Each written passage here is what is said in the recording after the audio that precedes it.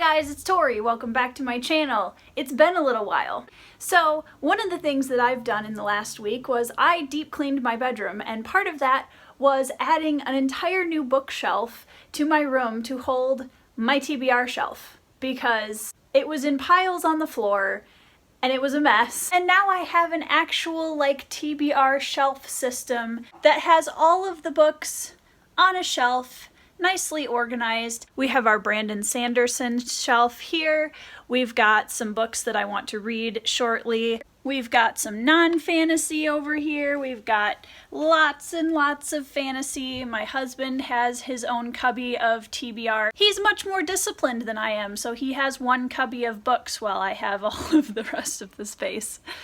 And then I have YA and middle grade TBR, as well as a bunch of trade paperbacks.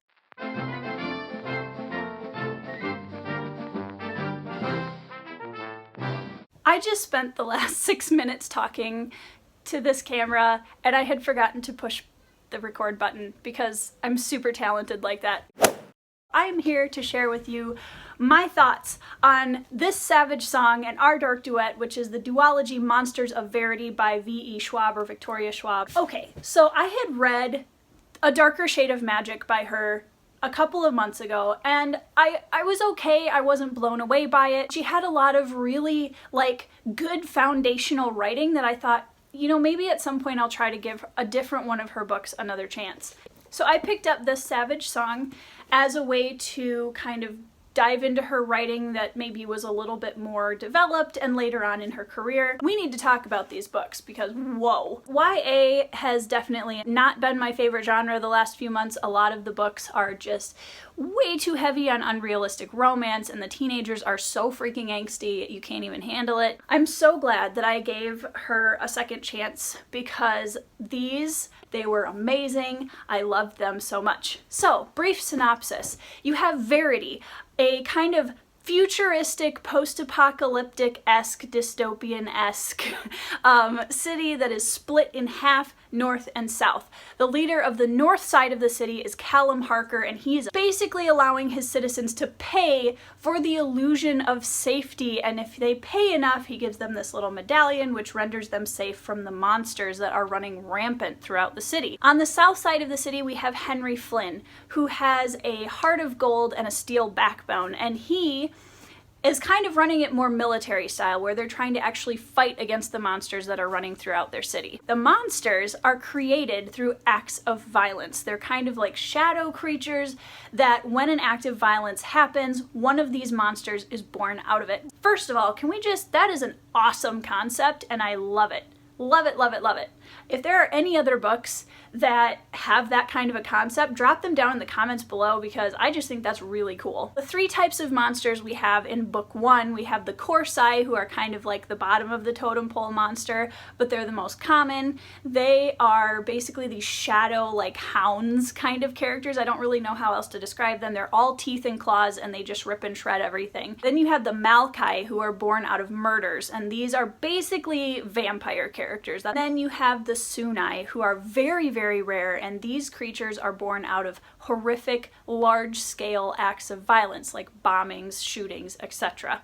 The Sunai have the ability to absorb a human's soul, but only if that human is a sinner or has created a monster through an act of violence. So they basically are kind of the cleanup crew, where they're trying to go through and rid the world of sinners or people that have created violence. Our two main characters in this book are Kate Harker, who is the daughter of Callum Harker, and she is trying her best to prove to her father that she's worthy of a place in his city, that she is worthy to be his second in command or run the city with him. She's doing her absolute best to prove that she is just as cold-hearted as her father.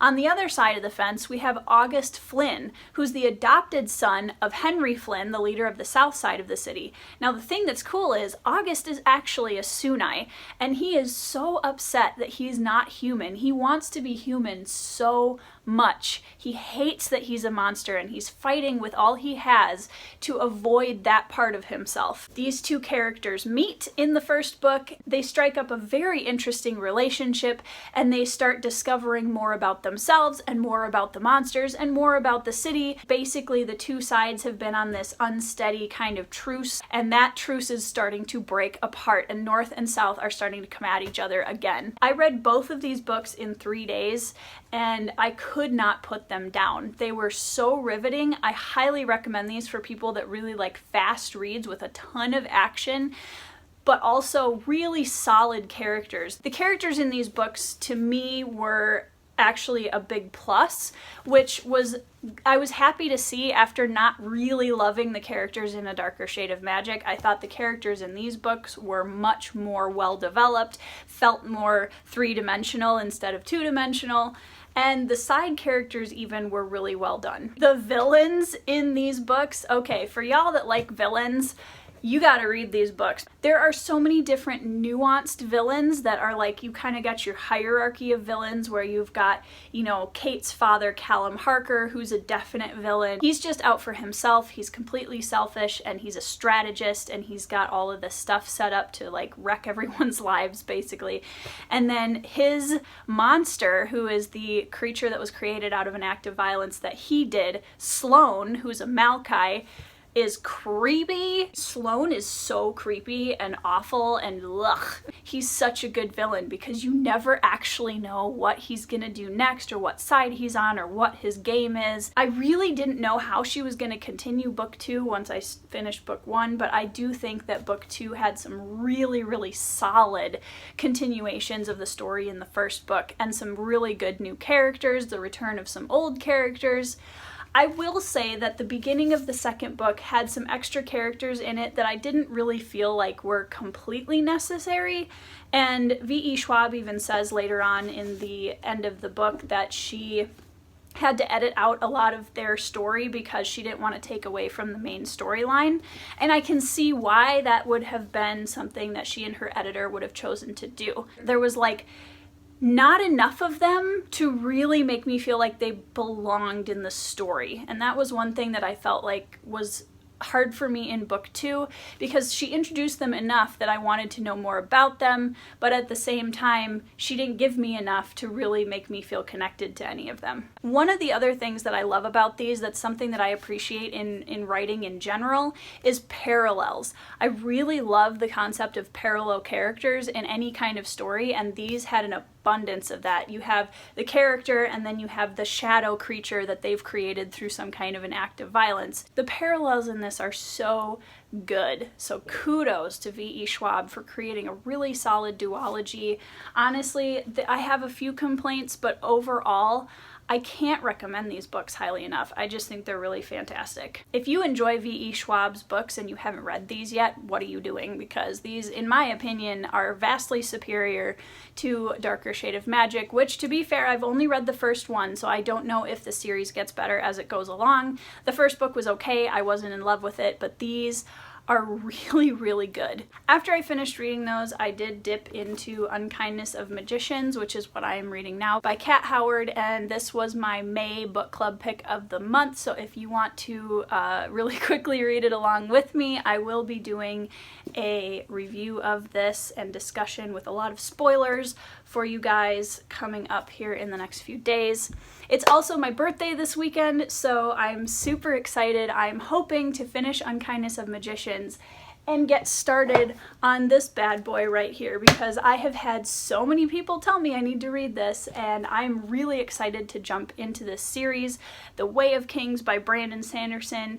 I have heard so many things, and my plan is to vlog the entire thing. I want to vlog my experience reading the Stormlight Archive for the first time, so y'all can stay tuned for that if you're interested, and I can't wait to share that experience with you guys. I hope you are all doing well. I hope everyone is happy and healthy and staying somewhat sane through all of this. I will see you in the next video.